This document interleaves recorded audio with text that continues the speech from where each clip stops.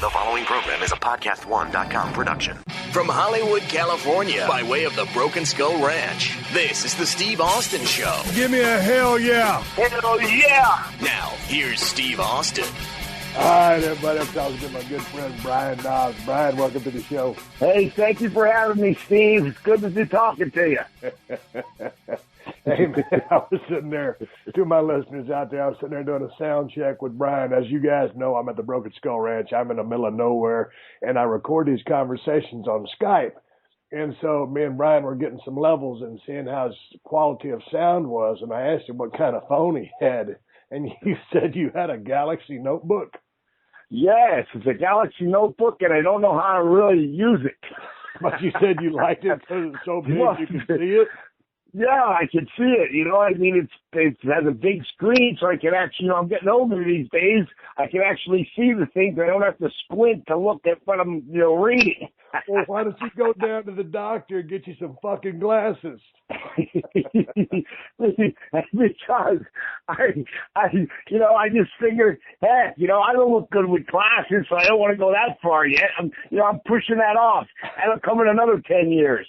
Boy, I don't think glasses are going to really set your look off too much. On the other side of that, you've been married for 20 damn years, so what difference does it make? Hey, you're right. You know what I might do, though? I might go down to the nearest Walgreens and get them readers. I heard they work pretty good, and now they got these kind that you can have, like, little lights on the side, so, they help you, read. And also, they give you a light. Hey, dude, I'm wearing a pair of the Walgreens readers right now. I wear the 1.0s, the little metal horn frame things that are pretty damn strong. I look like a piece of shit in them, but I can see like a hawk. Well, my wife, Tony, she's got them, and she's probably going to be, wring my neck for telling people. But, yeah, she has them on, and sometimes at night she has them on, and I'm like, what the heck? I think there's a burglar in the house or something. You look on the dark side of the house and you see these two little white lights coming at you. Like, what the heck is going on here? Tony has the kind of glasses with the little lights on them? Yeah, she has the kind that has a little thing on the side, and that's why I said I got to get a pair of them. Hey, man, let me ask you, man, you and I have been in the pro wrestling business for a long time. How long was your active career, Brian? Well, put it this way, I'm still, like anyone would say, I'm still going out there and doing it. I don't do it as much anymore, so I'm kind of like semi-retired. But 27 years I've been doing it. Okay. I mean, it's really taking a toll on the body, I'll tell you that. I know, I want to get to that. But the question I want to ask you is, I know your wife, Tony, pretty well. Every time we get a chance to get together, whether you guys are in L.A. and we hook up with myself and Kristen or just around. But I've known you for a long time. I've known Tony for a long time. How long have you guys been married? 20 years. January 21st, but we've been together, living together and everything for right now 23 years, and this coming January it'll be 24. So there's my question right there. I've been divorced 3 times. I'm on my 4th marriage. I went down in flames several times. How did you, out of all the bullshit that you and Jerry Sags got into as the Nasty Boys, and you're one of the rowdiest cats in the history of the pro wrestling business. Anyway, we'll cover some of that down the road, but how did you keep this marriage together? This is a miracle. You got to look at it, man. Nothing comes easy, and grass is not greener on the other side. But I luckily found a good woman that sticks behind us in thick and thin, and not out for herself, and actually there for me to help me out along the way. Because I'm pretty sure if she hasn't been, wasn't around and with me for all these years, who knows where I'd be right now. It's kind of crazy, but she's been my backbone. Like everybody says, behind every good man there's a good lady. Well, just like you have a good lady right now, and it took you a little time to find it, I actually found her right away, so that was good on my part because I'm still here. I'm still going strong. What can I say? Well, hey, man, that's an interesting question. I know that you and Jerry Sags are from Whitehall Township, Pennsylvania, around those parts. Where is Tony from? Tony's from Nashville, Hendersonville, actually. And, she was when she was brought up as a little kid, the parents had a barbecue shop right there, and all the famous country stars used to come in. And believe it or not, I can't. One time I got drunk and I was really getting on her, but when she was a kid, Roy Orbison actually babysitted her. She used to go and with little Roy, he actually passed away in the fire they had back in the day. But Roy Orbison and Johnny Cash used to babysit there. They used to go on, sleepovers and stuff at their houses, and it's pretty cool to say that, and I didn't believe her, I thought she was BSing me. And then I took my parents, we went to Nashville with Tony, and we went to see Johnny Cash and June Carter when they were still living, and we're standing in line to get their autograph and, introduce it to my parents, and Johnny looks up and says, "How you doing, Tony? How's your parents doing? How is this doing?" And we got it all on tape because she had the video camera going, but she had it on her side so we wouldn't look like marks, you know what I mean? So, but it's all on camera, and June's asking how her sister's doing and this and that, and it was pretty cool. So after it was all over, I went, well, she wasn't BSing me. It was actually a shoot. You know what I mean?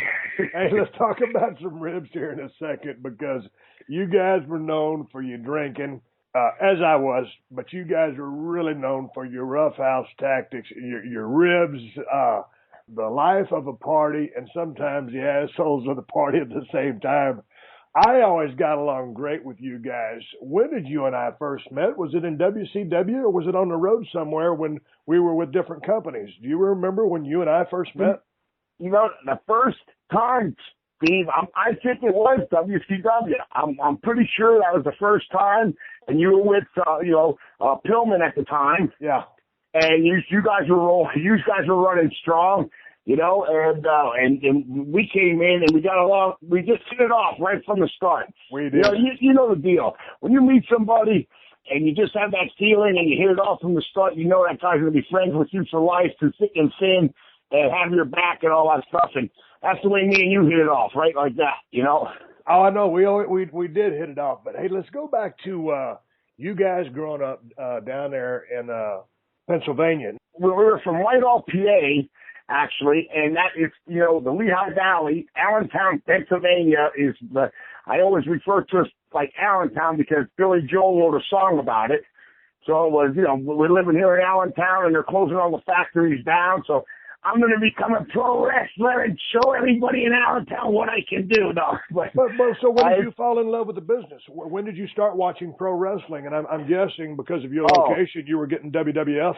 It was WWF back in the day. Yeah. It goes all the way back to the early 70s when Pedro Morales went against Bruno Sammartino at Chase Stadium. I mean, we used to it was all WWF, and we didn't get no others. We didn't get NWA, we didn't get AWA, and that was one of the major, companies back in the day. And I guess Vince Sr. ran it, but man, they had Pampero Football, they had S.B. Jones. I mean, Superstar Billy Graham, Bob Backlund. I mean, the list goes on and on. And I used to do TV at Hamburg, and we went and watched, TV. We'd go see TV tapings at the time with Captain Lou Albano, Professor Tanaka, and but Mr. Fuji. When you say we, you're talking about you and Jerry Saggs, right? Your partner. Well, Saggs would go on a couple of them. My brother would go. I mean, me and my brother were big fans, but Saggs would hop along on a couple of the trips. But I was really I was insane about it. You know what I mean? And Saggs liked it, but he wasn't as crazy as I was for it at that time. I was going to, everything. I would every time they would come, I was going to go, to a TV taping. And then I guess something happened in Philly, and when they were taping in Philly, I guess the building burned or whatever. Then they moved it to Allentown. Then they were doing the tapings in Allentown, and that's when Zbyszko hit Sammartino over the head, and Sammartino was laying in his pool of blood there, and that happened right there. And then so did the Jimmy Snuka, Roddy Piper, coconut thing happen there too. That was in Allentown. That was one of the best angles of all time. Yeah, that was either in Allentown or in Hamburg, but I think it was in Allentown, you know. Okay, so you My got memory gets a little foggy these days there, Steve. yeah, but okay, so you're bit by the wrestling bug, so you decide that you want to get trained. How did you end up over there getting trained by Vern Gagne and Brad Ringens? Well, first of all, me and Trevor were getting in a lot of trouble. You know, he got thrown out of college, and I kind of got, you know, a very polite way asked to leave. I was in the Army, and we both ended up back in, you know, Whitehall, PA, and we were getting in fights every weekend, you know, and our good friend was Matt Millen, and at the time, you know, Penn State, and then he went played for, you know, a great NFL career, but he was playing for the Oakland Raiders at the time. But he was good friends with me and Sag. He was a couple of years older, and he sat us down and he said, "Hey man, you guys are going to wind up in jail. You guys need to do something with yourselves." Like, gave us a little pep talk there, and then he said, "Hey, why don't you try it now? You always loved that wrestling. Sags, you always loved that wrestling. Why don't you, you know, try pro wrestling?" And we both looked at each other like, "Hey, that's not a bad idea." So then we went, and you know how it is. You know, I know now, and you know now, but we were marks at the time. We were bugging George the Animal Steel. They used to stay right there at the George Washington Motor Lodge, right down, you know, from our houses, about maybe 10 minutes away. So we would bug them after the match. We'd drive around, and we'd look and see, you know, where are they? Oh, there's George the Animal.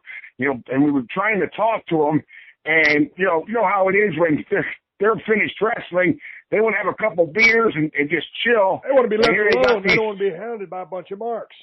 Yeah, exactly. We were stalking them like a bunch of marks. And then finally, George Steele called me up and said, you know, we finally got touch base, and I told him we wanted to be wrestlers.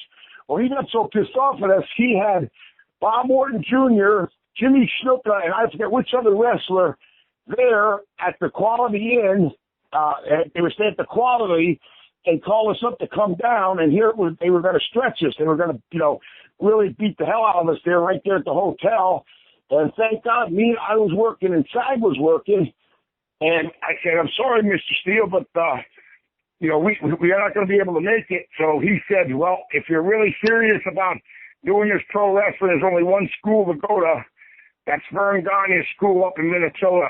They'll teach you right," which he was saying in his mind, "You're going to go, I'm sending you up to get tortured," because that's what kind of school it was. You know, you're getting up and we started with 22 damn students, and me and Sag were the only ones to survive. And the only reason that was is because we lived on the bottom of Brad Reagan. Brad Reagan's trained, you know, the Olympic champion. He was our coach, and we lived in his house, so we were on the bottom of his house. So our car broke down, so there was no way. We were kind of stuck. It's like we couldn't get out of there. It was like, "You're here, and you're getting tortured." I'm telling you. I mean, you know, because he had the Olympic champions come in there like Jeff Blatnick. God bless his soul. He's not here no more. But you know, he came in and stretched, and we got stretched by everybody. You know what I mean? But the craziest part about it was, hey, let's face it, he's an Olympic champion. When we came to the camp, there was no wrestling ring. It was Olympic match. I'm going, we were on an Olympic match for 3 months, Steve, and we got tortured. I mean, we got tortured. Brad was actually, we were real wrestling, and we were getting hammered, and we were going every day, almost, I think it was 4 or 5 hours a day. I mean, it was like an Olympic training camp because that's what Brad was used to. Yeah. And then when you couldn't even lift your arm, then Vern Gagne would come from the office, all dressed up in his tie and take his tie off, and get down there on the mat with us and put us in these shooter holes till we screamed. You know, oh, you know, and by the time Brad worked us over, our grandmothers could have beat us. You know, I mean, let's face it. But that was the way they did things back then. You know, I guess it was almost like they tortured you to try to get you out of there. They didn't want you passing the school. I've got to ask you this: with all the amateur grades, working out with Brad Ringen, getting stretched by Olympic level athletes, and then here comes Vern with his background, with all this scientific amateur training. I don't remember you guys employing any of those tactics as your tag team, the Nasty Boys. You guys, don't get me wrong, you get your high spots in, but you guys were brawlers, lots of punching and kicking. What happened to the scientific amateur stuff? Because we went back to our old ways of barroom fighting. There you go. That's what got us into the business anyway. We were getting in trouble back in PA, and Matt Millen said, you guys are going to wind up in jail. Why don't you try to pro wrestling? So when we finally learned the business and take bumps and hit the ropes, we went back to what we knew best, you know, punching and kicking and barroom fighting. Well, so then where was your first run? Was it AWA? AWA was our first, territory, but you know, back in the day how things went. We went through, went through the school. It lasted about 4 months, almost 4.5, 5 months. We were the last guys to survive, and then after that, we got hired by Vern, but it was hired by Vern to drive the ring truck and referee. We did that for 6 to 8 months. Oh, and then man. one day, Ringo was just too early. So Kurt Hennig and I forget Jimmy Snuka and Colonel De Beers and all the main eventers would always come in late, because they were used to coming in late.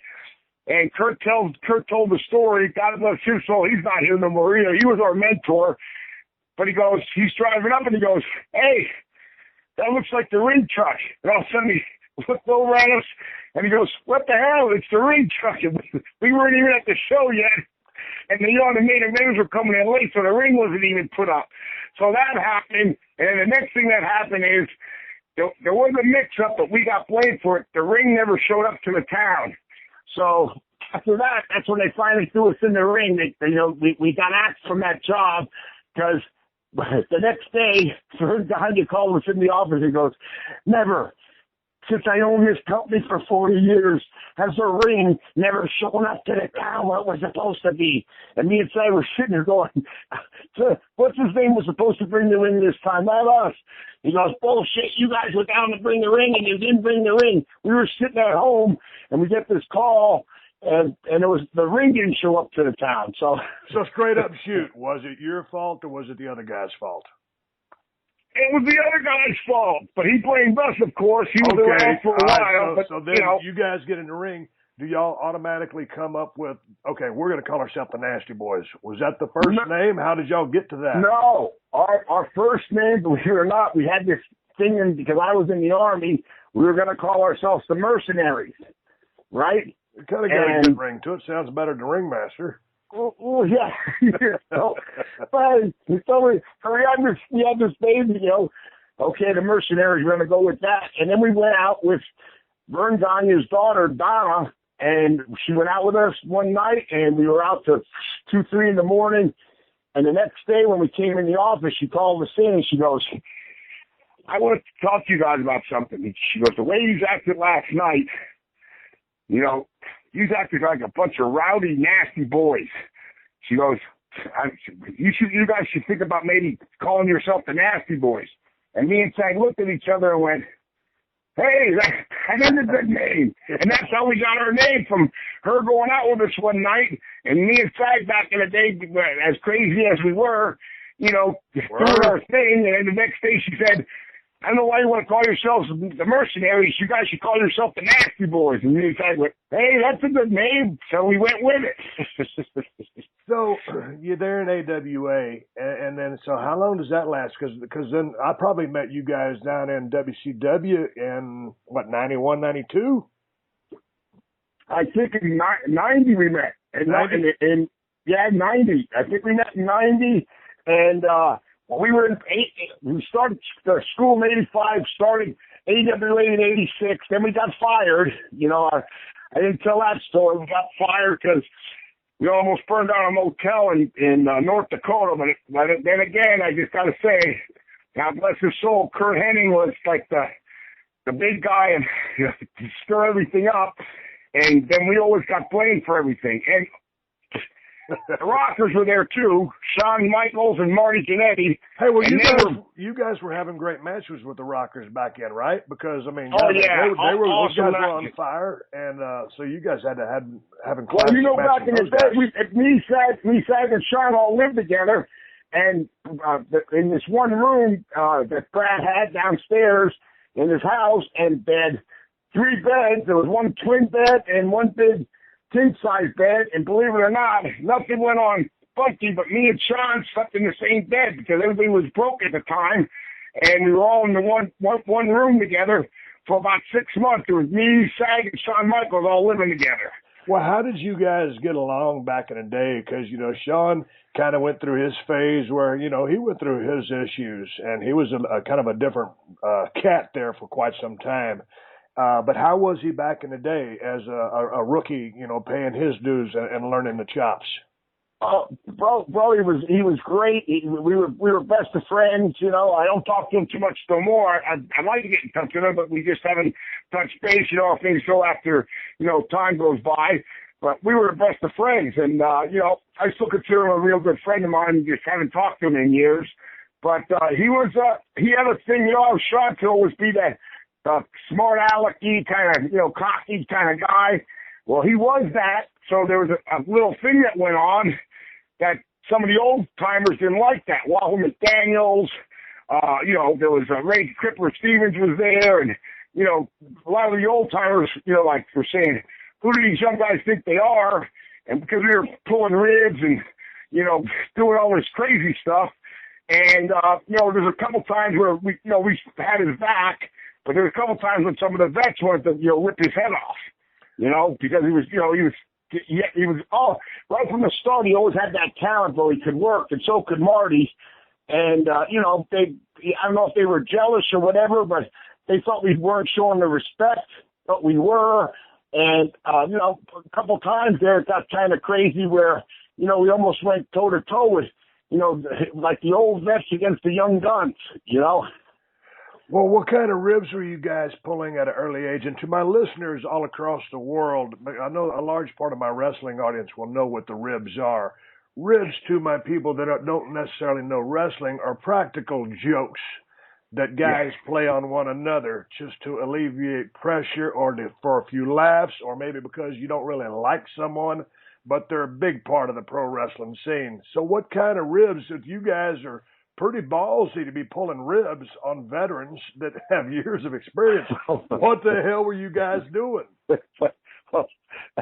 Kurt, the thing with he was up there at the Western Hole, it was called, up in Grand Forks, North Dakota, and Wahoo and Kurt kind of had a little thing going on, and at the time Wahoo was the booker, and him and Ray Stevens were staying in a room together, so he had us bang on their door real loud. This was an outside hotel, you know.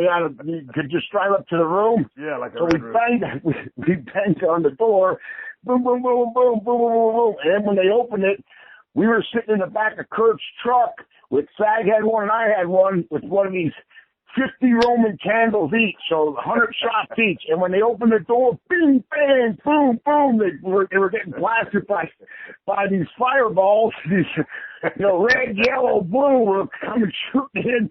And then the next day, Kurt Henning's tires were slashed. I guess, you know, Wahoo went and flattened 3 of his tires with a knife. And then the one star that Wahoo brought in, his name was Mitch Snow, and he was a pretty boy. Well, he drank too much and fell asleep, and then he woke up with no eyebrows. No, that was one of the. It's funny. It's funny how anytime you guys are around somebody and someone goes to sleep or passes out, more correctly, y'all had a nasty tendency to shave off said eyebrows. What was it with the eyebrows that you guys love so much? Dude, I don't know. That was something that Kurt Hennig, you know, I don't know who actually invented that damn rib, but, you know, I lost my eyebrows a couple of times, and you know what? It wouldn't cut both of them off. You would only shave one of them off. So you look like a moron when you're going through the airport, you know? And, you know, it takes a while for them to come back.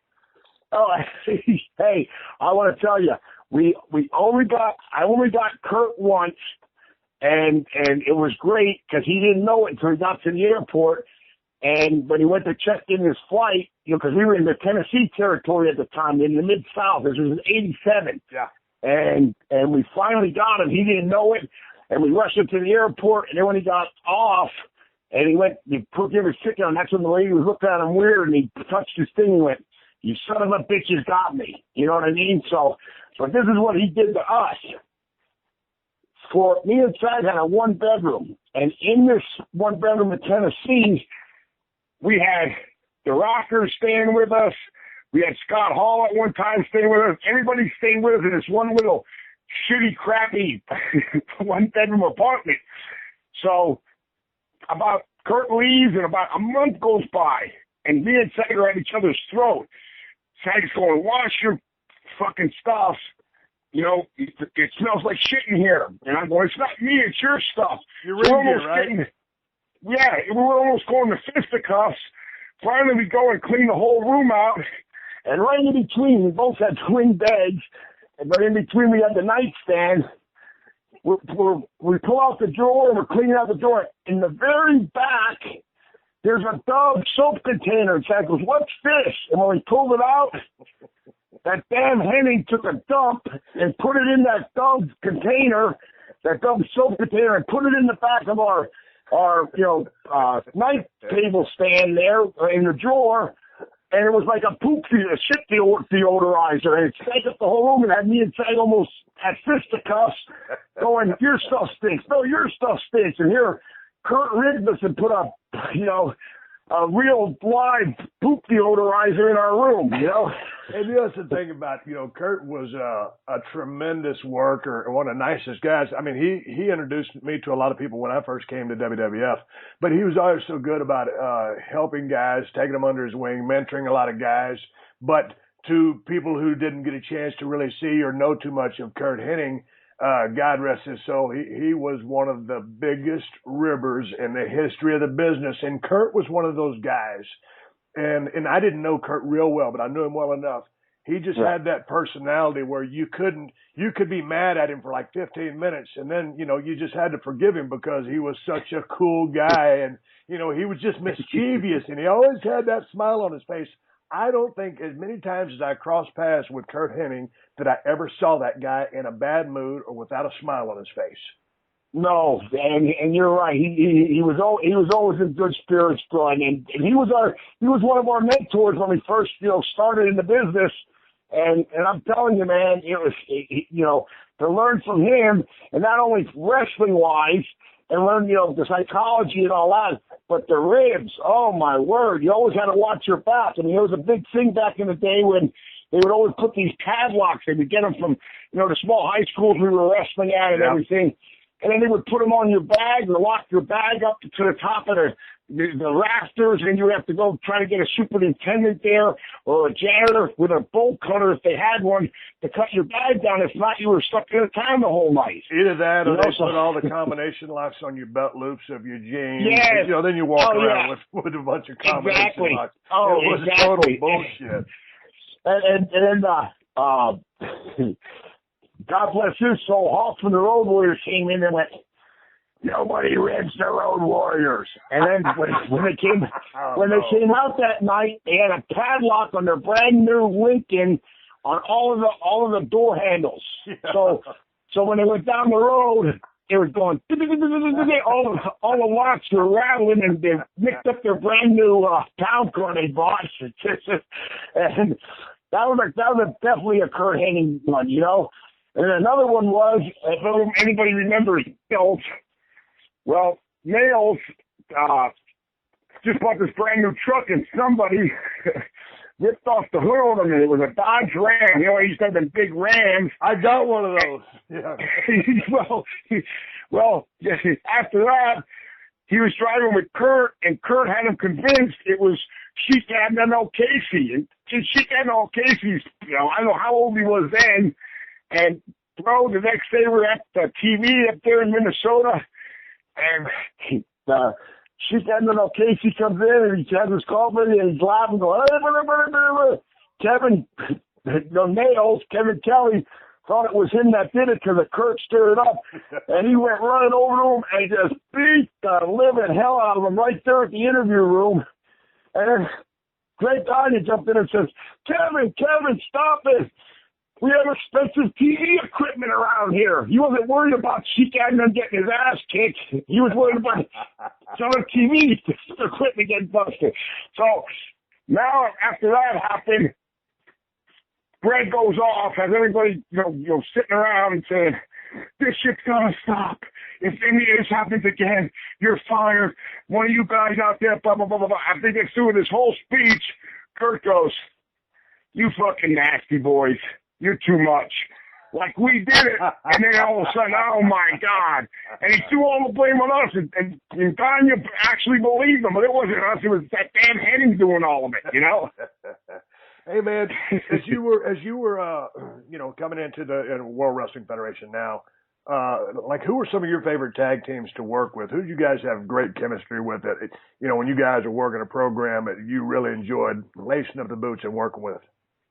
Well, I got to say the Hart Foundation was great. Oh, those guys are badass. The Rockers, we already wrestled them, in Mid-South and in AWA. So they were always, pleasure. They were great to work with because we knew them. They were friends of ours. And when you wrestle a friend, if you spun them a little bit, they don't care. Right. So you always had good chemistry with them guys. Let's face it, we the British Bulldogs. Oh, unbelievable. We wrestled them over in Japan. And, hey, stop right there. Road Warriors. Stop. Hey, but let's stop. Let's talk about the British Bulldogs for a second, because this was back in. So Dynamite Kid was still in the ring, correct? Yes. Oh, they were still going strong. This was '88.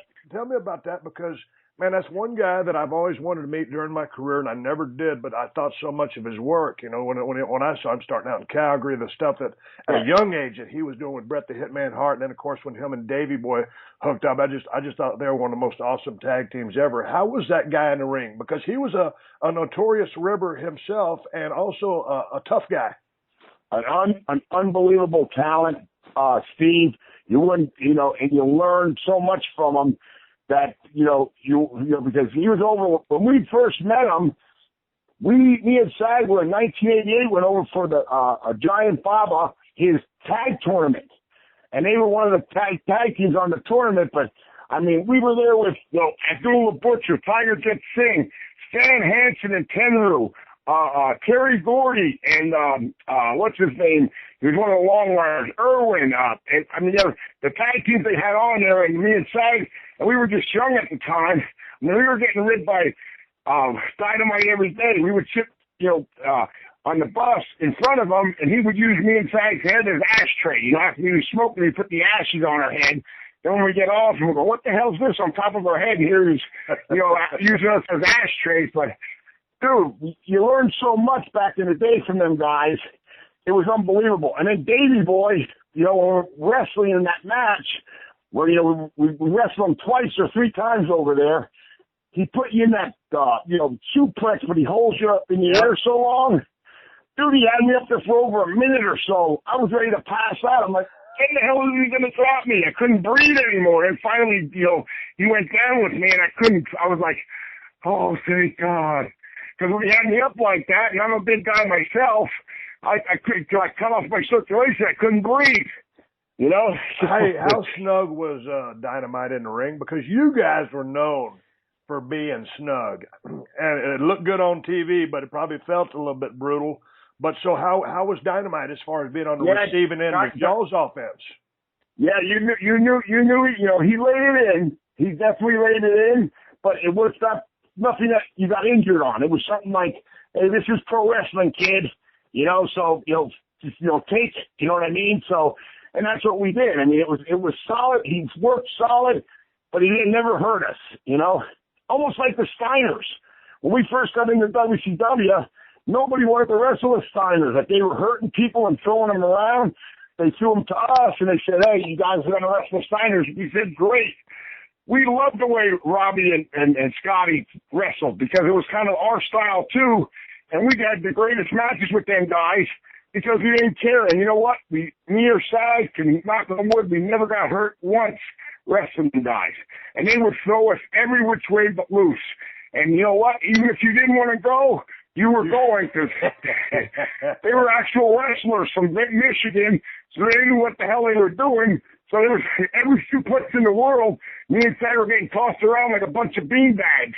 You also think about, when I go back to think about Rick Steiner, because I remember first coming across Rick Steiner watching Mid-South and Power Pro. And back then, I mean, he was super jacked. You know, he had that lower center of gravity, you know, his shoulders as wide as a barn door, great genetics, shoot wrestler. And that dude was just tough. And then, you know, on the other end of that, then you had Scott, the gigantic Jacks.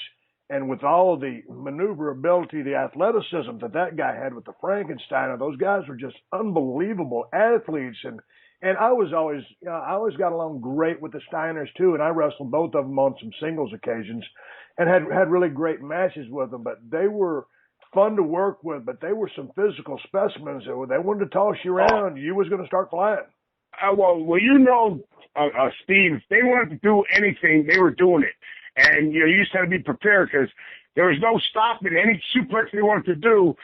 They would get you in that hole, and you go with it. And even if you didn't want to go with it, you were going with it. You know what I mean? So, but I must say, I don't know, you never got hurt wrestling them, right? Oh, no, I loved working with them. Well, the thing was, when we first came to WCW in 90, nobody really wanted to work with them because they were, you know, tossing guys around, and I guess a couple people got hurt. And they threw us in there, and we had to go. That was the match that got us to the WWF, that match, the Halloween Havoc match. They went out and they said, you know, you guys are wrestling the Steiners for the, you know, United States Tag Team Championships, and they built an angle up, and we kind of laid them out on the signing, you know, when we were signing the actual supposedly contract in the middle of the ring, and we were the first ones actually to lay them out, so it got us good heat. And then, bro, we had the greatest match at Halloween Havoc. We went 24 minutes with them guys. Sag got juiced open, and almost like you got juiced open that time wrestling Brett. It was the same thing, the hard way, over the top of the head with a chair, and Sag was bleeding, and we just kept on going, and we went all over the place. I mean, we were getting thrown off the top rope with these suplexes. We were back and forth doing, you know, crazy-ass stuff that wasn't even seen back then. And, you know, after that match, about 2 days later, Hulk Hogan called me, because I knew Hulkster at the time, and he says, hey, Vince McMahon wants to talk to you. And Vince gave us a call and offered us a job up in the WWF after that Halloween Havoc match in 1990. The Steve Austin Show. The Steve Austin Show.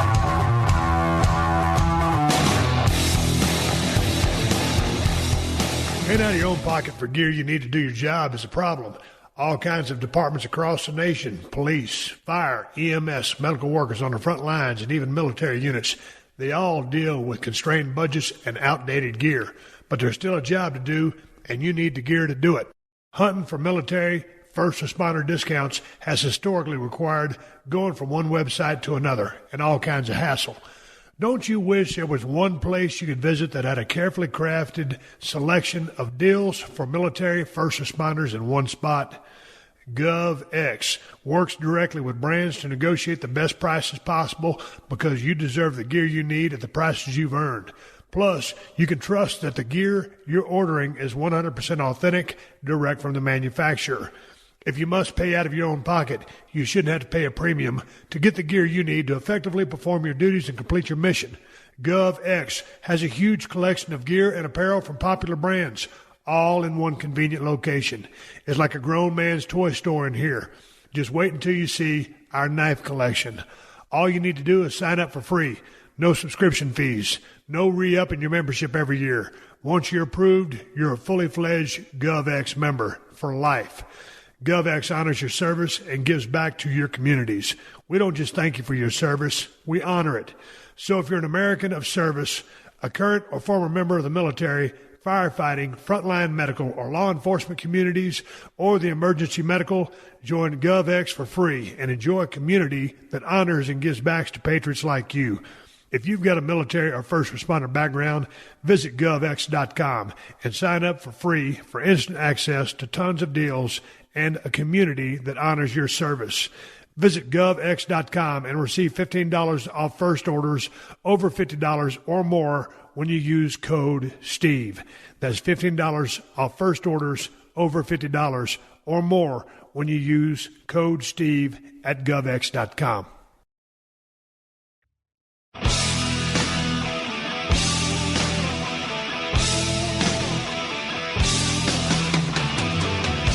All right, everybody, I'm talking to my good friend Brian Knobs.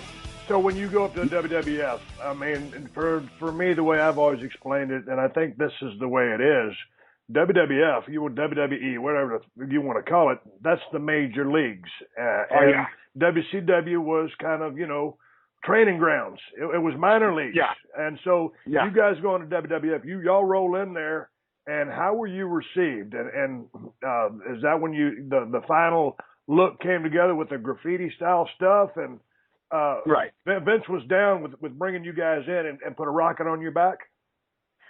Yeah, you know what? They did that, and we didn't even know they were doing what they were, going to do.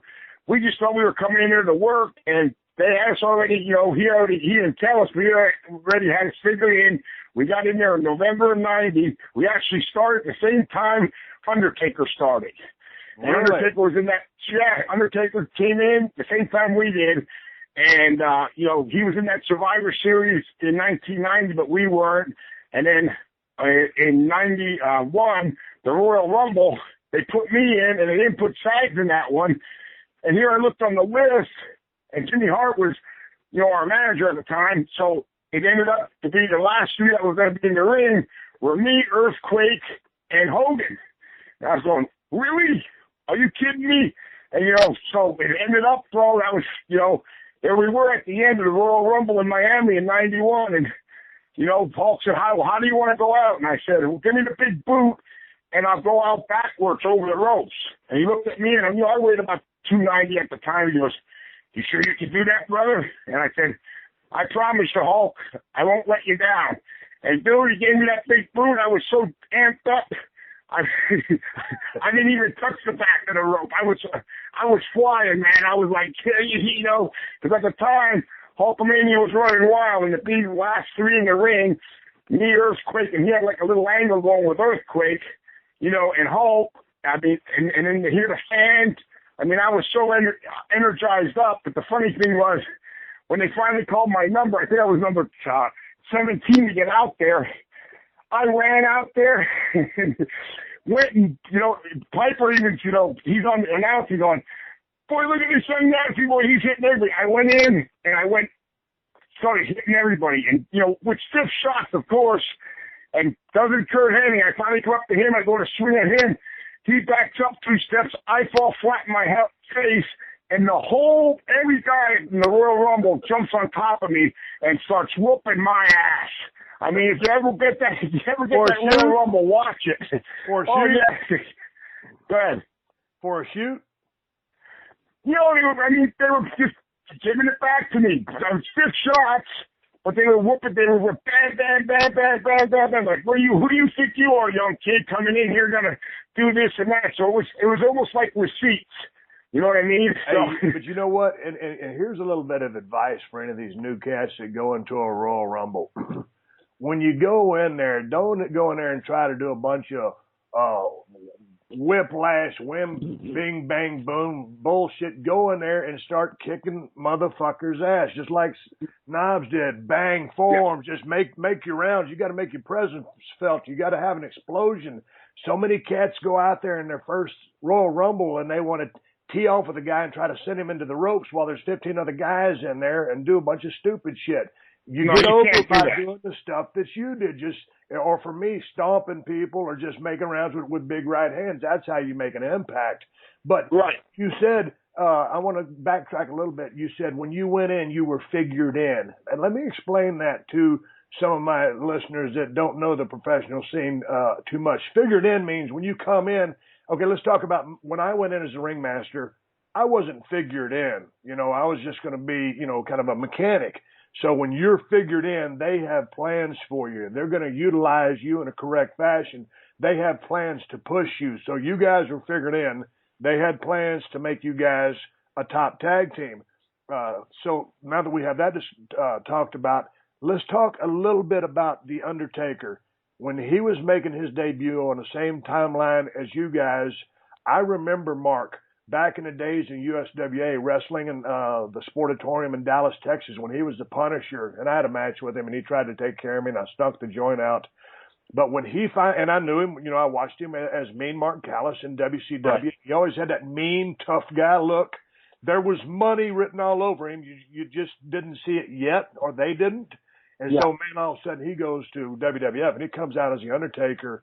And when I first saw him debut, I was entranced. I thought it was the greatest fucking gimmick I'd ever seen in my life. And he played it to a T. And you would see little kids on the front row, Brian, scared. I mean, really fucking scared. That's how good this guy was. Nobody in the world could have pulled that gimmick off like Mark did as The Undertaker. No. So what did you guys think as this guy started sawing his way through the competition? Well, he was always he was a friend of ours. So we got, because we all came in there together, but, we were there for his first match. I mean, I don't know how many wins he has now. Is he on 20? But his first match was against Jimmy Snuka at WrestleMania 7. Russia. And our first big deal was WrestleMania 7. We wrestled the Hart Foundation and won the WWF Tag Team titles. And that was the biggest, like I said, everybody asked, well, what was the greatest match you guys ever think you had? And I said, well, it was the match against the Hart Foundation, because that's the one that stamped us as you're legitimate. You're in the WWF now. You just won the, tag belts at WrestleMania 7. And now we're up to, number 30. So I feel like an old NFL player when they, back in the day, they go Super Bowl 1 and Super Bowl 2 and, Super Bowl, we were at, number 7, 8, and 9. And, there is no other venue that is like WrestleMania. It is the Super Bowl in our sport, and to be involved in any of them is an honor, let alone winning the WWF Tag Team titles, at a WrestleMania. What did winning the WWF Tag Team titles mean to you guys on a shoot level? Oh, on a shoot level, it was amazing, because for that time, since we started, every time I would call my dad, that's all he would ever say to me. You're not in the WWF yet, kid. You're not in the WWF. And we were from, AWA, which was on ESPN. We were down in, Georgia. Then we were in WCW. And he would always mention we're not in the, WWF yet. So, when we finally got there, and then they gave us that push, and we didn't even know we were getting the push. And I'll tell you, it pissed a lot of people off, because there were a lot of different tag teams at the time. Not the Rockers, of course, because they were friends of ours, but there was Power and Glory, Roman and Hercules, and the Road Warriors. They had been there already a year and still didn't see the belts. And you know how, that could be, because, Joe and Mike were the Road Warriors, and let's face it, I know they wanted the strap, so here we come in, and boom, we come in November, and in March, or the end of March, we're the tag team champs. And then we went into the gym after we won the belts. Everybody's working out with the belts on, eating ice cream cones. And that had to get some heat, because some of the older guys thought, why are they giving the belts to them two effing idiots? You know what I mean? So it was what it was, but it definitely was the greatest time ever, one of the monuments that I'll never, in my career and in my life, it was one of the best times ever. I mean, it was out in L.A. yet. Colin McCaughlin, the Home Alone kid, was there. Henry Winkler. I mean, all the stars. And it was supposed to be at the L.A. Coliseum, but then because the war broke out, they switched it from the Coliseum to the sports arena, And it was still amazing. It was the most, amazing deal that happened in my wrestling career was, WrestleMania 7. That was the bomb, man. Hey, man, what was it like? You said it a while ago, Hulkamania was running wild. Shoot, I was down in WCW or wherever I was at. What was it like being in the middle of Hulkamania there with the Hulkster himself? Dude, it was unbelievable. And I would watch his matches, and what really amazed me, and it still did, because it happened when he wrestled The Rock, but this would happen all the time. was after his match was over, he'd spend that 10 or 15 minutes posing down, and nobody would leave the building. You know, usually after the last match is over nowadays, everybody's bolting for the doors. But in his deal, when he was main event, you know, the people were so enthused, and, you know, the Hulkamaniacs were going crazy that after he would win the match, they would stay around to have him do that, you know, his posing down and with the ears thing and pointing this way, that way, and he'd be out there for 10 or 15 more minutes. And the people never left, and it was unbelievable. And I would watch that night after night going, damn, you know, that's what you call over. You know what I mean? So, yeah, it was really amazing to see at the time. It really was. You guys were selling out everywhere you were going, right?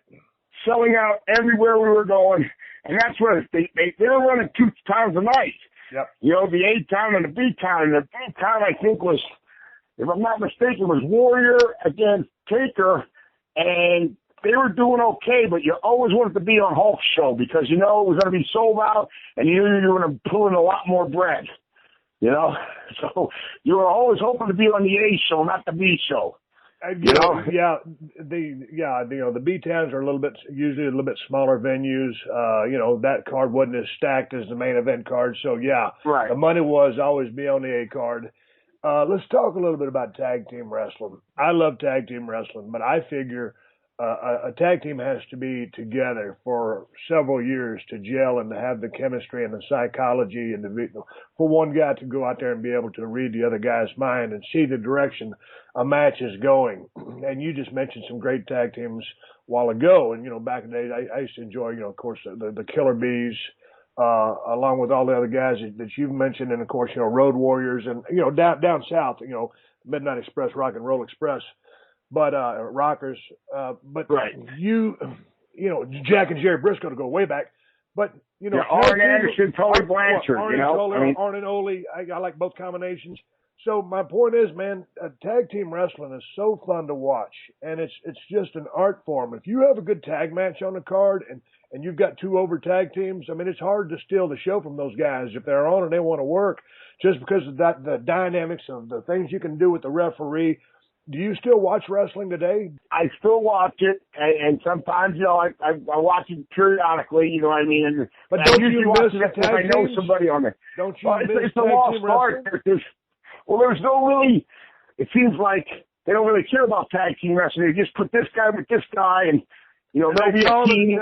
They make a dumb name up for them, and it's usually a piss poor name. They just have 2 guys, and they work together as a tag match as a tag team for, you know, a couple of weeks, couple of months, and then split them up, go their separate ways. But I miss the days back when, you know, like the Hart Foundation, back when those guys were a tag team, man. I dug it. You guys, y'all were a tag team. And they'd split you guys up every now and then and work a single, but I like you guys as a tag team.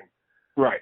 And you know what? Very, very, very rarely, though, did they split us up too much. I mean, we would get split up when we were ready to go to a big, like, SummerSlam or something, and then they would put us with one of the, you know, like I would wrestle Hawk or Sang would wrestle Bret Hart, or, you know what I mean? Right. And they would build to the match that was going to be the tag team match. Part of the storyline, yeah. Right, exactly. But it's a dying art right now, and like you said, all of that together made the phenomenal of the show. I mean, all of the different characters together, you know, and nowadays you see a lot of just everybody's dressed the same. I mean, they're getting into more of the costumes and stuff again, but mostly everybody has this, you know, the short shorts, a great body, and a lot of tattoos. You know. Hey, yeah, you know, I could go crazy on that. Sometimes it frustrates me. Let's talk about one of the maneuvers, if you want to call it a maneuver, you guys used in the ring. It was the infamous pit stop. And to my fans that listen to the show, the pit stop is when one of the Nasty Boys would raise their arm up, exposing their armpit, while the other Nasty Boy would seize the victim by the back of the neck and rub his face into the other Nasty Boy's armpit. So that would not be a great environment to be in, because you know how it is. You know, Brian, you get on the road and you start traveling, and you guys were really on the road for some serious days there, and your ring gear starts smelling like shit, and you try to wash it every couple of days in the sink and just let it dry. But, and you always try to stay clean, but certainly you guys had to rib some people with that and not wear deodorant or do stuff like that. And was there ever, first of all, did you ever do that on purpose? Yeah, we definitely did, especially for people that we didn't really, if we didn't, the person that we were arresting was kind of a doofus or an idiot, we definitely would make sure we were stinking pretty good when we did that maneuver, And believe it or not, a guy who helped us out with that maneuver, back, if you call it a maneuver, was Adrian Adonis back in '88. Yeah, when he was in AWA, when we went back to AWA, he was one of the guys going, "You guys call yourselves a nasty boy, you don't do nothing. What stuff really nasty are you doing?" And he kind of mentioned about doing it, and we in fact perfected it, but he was one of the guys that told us about doing it. Man, and he was a legend. I mean, please. Hey, man, let's talk about Adrian Adonis for a second. I love that guy. From his early days, I liked him. He got a little heavy towards the end, but I love that guy's ring work. I love the psychology, and when it came time for him to get the heat, he just switched gears, and he was mean and nasty, and he had that mean streak, and he could be a real piece of shit. Of course, that matchup. And was it one of the WrestleManias against him and Piper, which was so classic. But he was just a great. I loved his work. And he had this great psychology, and it was just like the old school, like Piper, another good friend of ours. He just they were good friends. So whenever any good friends get in the ring together, you're going to have a good match, especially when both of them knew their characters. And, how they were. So, your character back in the day was an extension of really you. I mean, right. Just like you finally got Stone Cold and, you told that story about how you got it and your ex, kind of mentioned it to you and then you went from there. But, it's an extension of you. And I don't know about not nowadays, and I'm not cutting it down because I love pro wrestling, but when you have writers writing and giving you that character, it's harder because back in the day, every character that was out there was an extension of that guy, like Jake the Snake or Rick Martel, the model, or, you what I mean? You could go down the list, and every guy that was, whatever their name was an extension of that person, Even The Undertaker, and let's face it, Mark was kind of had a little dark side to him there, so, it worked. And it's all that feeling out process, and so that if some young cat in the business is listening to Brian and myself talk right now, man, you can start off as something, but you can go through a period of trial and error and experimentation. Don't be afraid to try different things. Don't be afraid to trust your gut instincts or to question management because it's your career, and you can't just say. Agree to everything all at the same time. I know the political landscape is very tough these days because it's kind of a monopoly, but, within good conversation and open, honest conversation with management, express your ideas and yourself so that you can find who and what you are. Because certainly it was a long journey for myself and a little bit of a feeling out process for y'all. And y'all went out with Donna and she made the suggestion and then talking to Adrian and all the pieces came together. Y'all nasty boys, Brian Knobs and Jerry Sags had a tremendous run together and a lot of fun, but there's also a lot of bumps and bruises along the way. What were some of the injuries you suffered, Brian, in the squared circle? I tore my shoulder out from max pain, not knowing how to throw me the right way for a suplex, and people thought I broke my back, and I mean that's still, I think it's a Super Brawl, whatever. 95, that was a bad one. And then, I have a knee replacement on my right side. Left side, knee went on my right side now. But, knee injuries and then a couple neck injuries that I didn't hurt it too bad, but I got, thrown the wrong way. It's so weird because when you're young, you just keep on going. Back in the day, we didn't have the trainers back there. There was no trainers in the back of the locker room helping you out like today. No. And if you didn't wrestle, you didn't get paid. So you wrestled so many times I could say we wrestled probably with concussions. You wrestled hurt because if you didn't wrestle, you didn't get paid. Right. You had to feed your family, so you just went out there. And there were a lot of locker room doctors back in the day. And you just picked up your shit and went back out there, you know? This is the Steve Austin Show.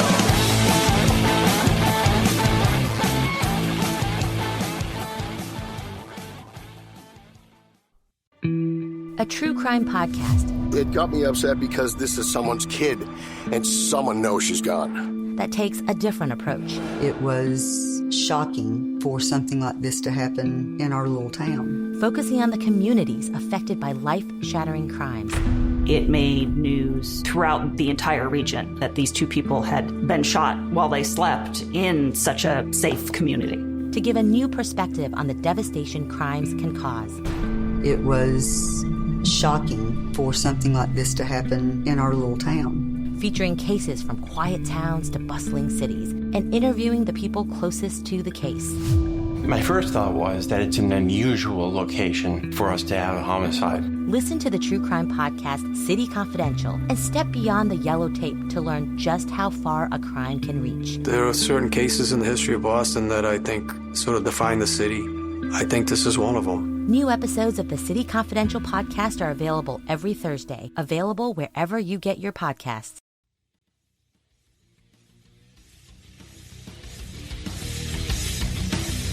I think I've told a story one time before. My neck was bothering me. It was when I was WCW and Harley Race, 8-time world champion. You know Harley.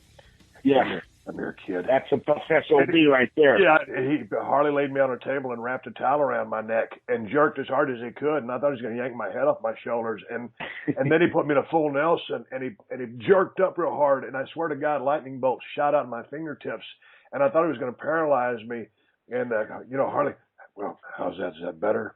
And I'm about to shit my pants. I think I'm paralyzed. I said, look, Harley, I said, yes, sir. It's a lot better. He goes, you want me to do it one more time? Oh no, Harley. And I ran the fuck away from Harley Race, who I absolutely love. But because the boys are out there on the road through the grind, and people want to say, hey, wrestling's fake. Hey, okay, it's predetermined. We know that it's a work. But man, when you get out there and you're picking up 300-pound guys, 6'3", 6'10" guys, and, sometimes you don't always drop them flat, or you don't get dropped flat, and you start getting this whiplash thing, which happens, and all these injuries come into play, and it's just a process of the boys trying to take care of the boys. It's that inner circle, and like you said, guys will try to turn into self-made chiropractors, read books, give adjustments, and it's really that's just the way it was, and now the evolution is, and thank God that this new generation of pro wrestlers in WWE have access to all these doctors, this great medical care, because a lot of guys back in the day could have lasted longer than they did, but that's what we did back in the day. We worked on each other. For 300 days a year, you're going, and like you said, everybody had their own remedies. The Samoans had their lomi. And every once in a while, Snuka or Haku would take me and it was almost like a deep tissue massage. It would hurt like hell, but you try everything because we didn't have no trainers in the back. It was them were the guys helping you. You had your locker room doctors, and you also had your locker room lawyers trying to tell you, how to do this and that. No, it was such the Stone Ages back then. And, back then when you got your ass smoked and you really were hurt, I mean, you almost felt guilty talking to whoever was running the show, or much less the promoter, and say, man, I don't know, my shoulder's really fucked up. And of course they look at you like, oh, this motherfucker's working me. He wants days off. And, you're really hurt, but you almost had a guilt complex trying to get a little time off. And by the same token, you don't want to come off the road because you're not going to get paid. But when you really are hurt, it was hard to ask for time off. Well, I blew my knee out right before SummerSlam, before you were supposed to drop the belts to the LOD. And Vince and them said, go get it done. So what I did was I went and got it scoped just to clean it up, and so I could make that match. But the thing was, like I said, back in the day, you just went. Right after, WrestleMania, we were over on a London tour, and we went and went over for, I think it was a 10-day run right after WrestleMania. I mean, not WrestleMania, SummerSlam. So we lost the belts to the Warriors, and then we're wrestling them over there. And, I flew all the way over there and everything. It's just 10 days after I just had surgery on my knee. And all of a sudden, my leg blew up like a balloon, and they took me in to emergency room in Birmingham, England, and it looked like, my calf was 8 sizes too big. My whole leg blew up like a balloon below the knee. And they wouldn't let none of the guys come see me. And over there, it's different than over here. They have, just volunteers helping out over there. And so I had one person pushing my cart where I had only one arm, or like he was missing an arm, and it was, the medical facility was the shits. And I'm like, oh my God, what did I do to deserve this? And then they come over and tell SAG's trying to see me. They wouldn't let none of the guys come see me. And they said, well, he has a blood clot, and if it breaks off, it goes to his heart, he could die. And all of a sudden, they told me that, and I'm like, what the hell? What's going on here? Where I should have been 10 days this was 10 days after surgery. I went and did the match after, the SummerSlam match. I should have just said, hey, I need to take some time off, but you weren't sick like that. No, man, I got to go, and, they got another tour booked. We're going. And, I thank God nothing happened. I stayed in the hospital for like a day or two, and then joined back up with the crew 2 days later. And then they said, you don't have to wrestle, Bob. You don't have to wrestle. And I still went out and did my thing, but I was more on the apron because we were a tag team. You could do that, but I still went out. Hey, man, you told me a funny story. Would you tell a story about how you almost got run over by your wife at the gas station? Well, I actually did. What was the deal? And that was in one year. I got stabbed in Peoria. Okay, why did you get stabbed in Peoria? Well, after the match, a bunch of frowny fans, because it was me, SAG, and Mike Rotundo, and his car came up and was trying to drive us off the road. And all of a sudden, they pulled in front of us and put on the brakes, so I got out first. This guy jumps out of the front. He starts throwing punches, and I'm blocking him, and I grab the guy, and I start punching him in the face, and now he falls down, and all of a sudden I just feel this rush of liquid coming down my head, and here it's blood, and I yell, SAG, he has a knife, and here he had a boot knife, and he stabbed me 3 times in the arm and 1 in my stomach, and SAG got the guy, front faced him, and just buried him right in the cement there, right there on the street. It's in the middle of the street. And while SAG got that guy, the other guy got out of the car and came like he was the Long Ranger and lassoed SAG over the head with a pair of jumper cables, and SAG had scissors on the side of his head.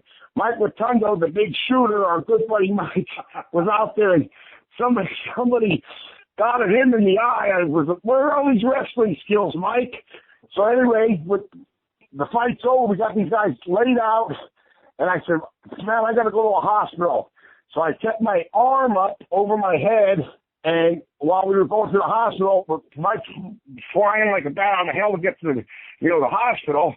And here we go, we get in, and they rush me in, and I'm in the emergency room, and SAG follows me in. And here they get me, in the operating room, but the room where they're going to work on me and see how bad I am. I had like a Oakland Raiders, big sweatshirt on. It was in Peoria, Illinois at the time, and it was freezing. So when they pulled it up, I had my arm up there, for almost 10, 15 minutes, and all the blood ran down and accumulated, underneath the sweatshirt. Yeah. So when they picked up the sweatshirt, all the big splatters of blood hit the floor, and it went boom, boom, boom, boom, boom, and just blood went everywhere. And SAG went, oh my God, his liver. And I just went, ugh, and passed right out there. And they said, get him out of that freaking operating room. So, I mean, what a deal. What an ordeal, So where did you end up getting stabbed? I got stabbed in the 2 times in the forearm because I had the guy in a headlock when I was punching him, 1 time in the tricep, and 1 time in the lower stomach. But the blade didn't hit anything vital? No. Thank God I'm fat.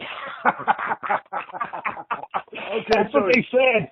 They said, thank God you got some protection down there. So he stabbed me in the right spot, my fat stomach, you know.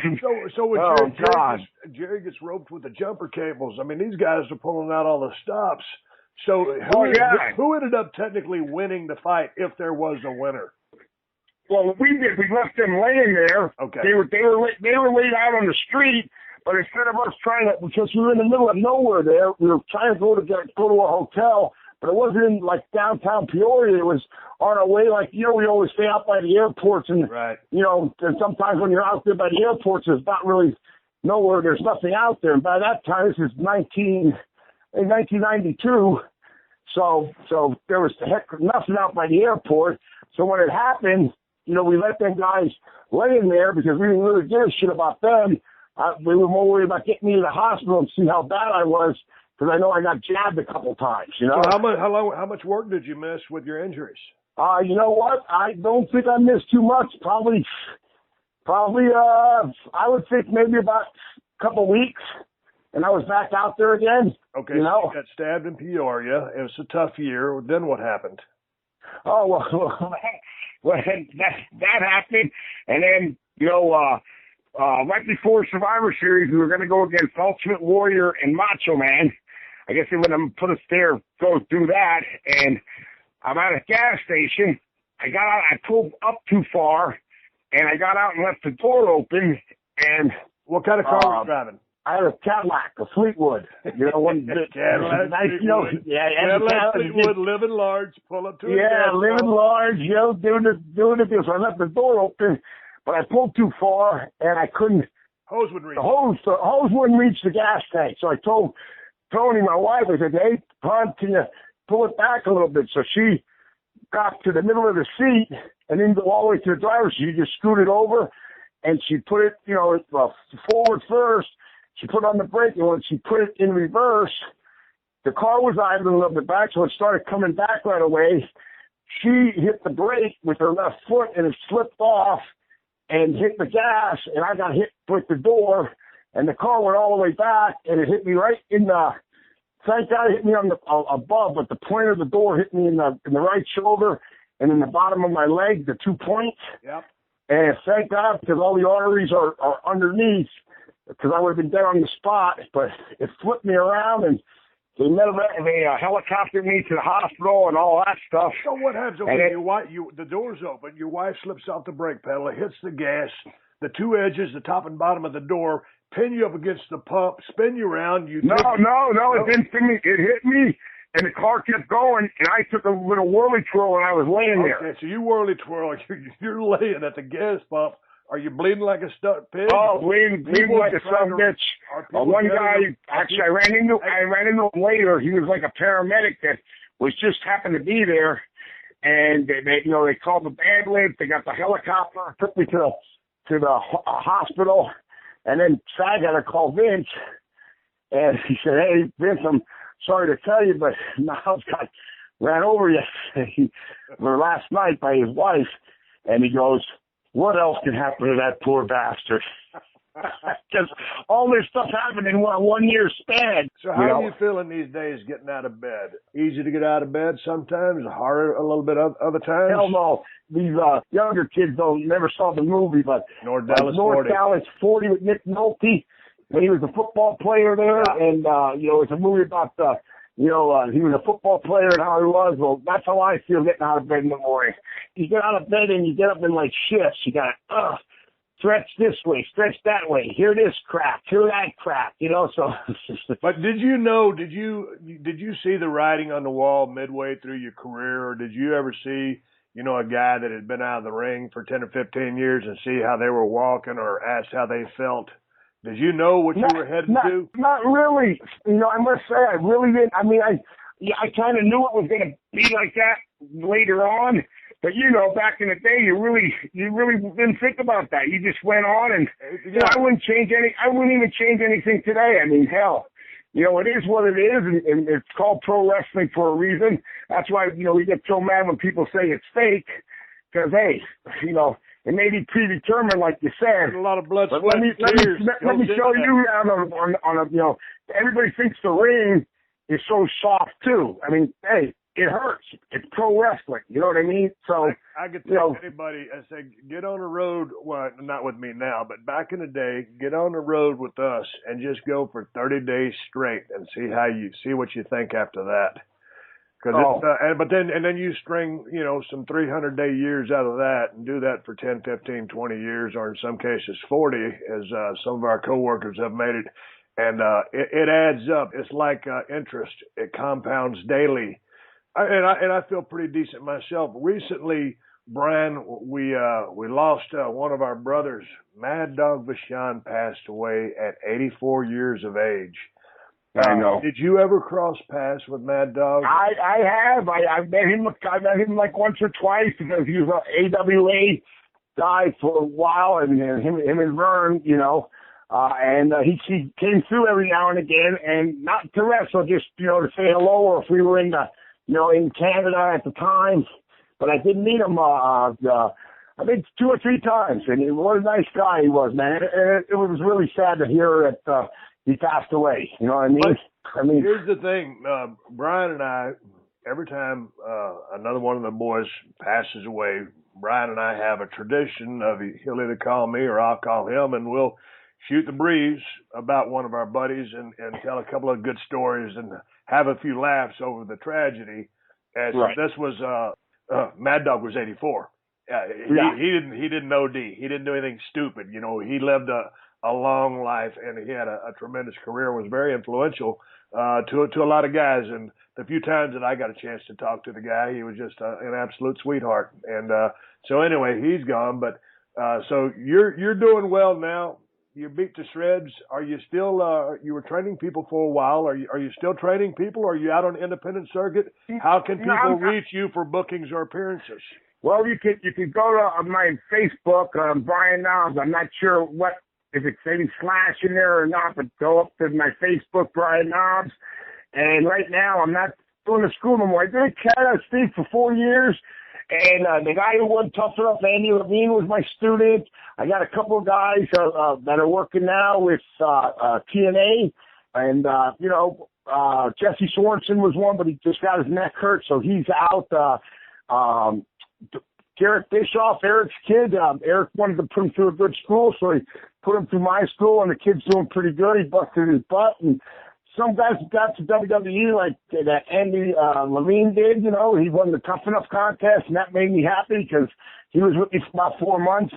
But it's hard training guys now to say where you're going to go. There's nowhere for anybody to wrestle. It's not like it used to be. Let me take you back to your AWA days when you were getting your start, because when I first got on the road in the USWA in Nashville, I was living in a shitbox motel. The people let me pay the rent whenever I had the money. They knew I was good for it. I was an honest cat. They were super nice people. I was making $15 or $20 per night, and most of the trips were anywhere between 200 and 420 miles round trip. Your early days there in the AWA with Jerry, what kind of payoffs were you guys making back in? We were making a little bit better than that, but then when we went to From we started there, we were making, like if we were resting, they would give us about $1.50, which was great. But then when we left there, we got fired from there twice.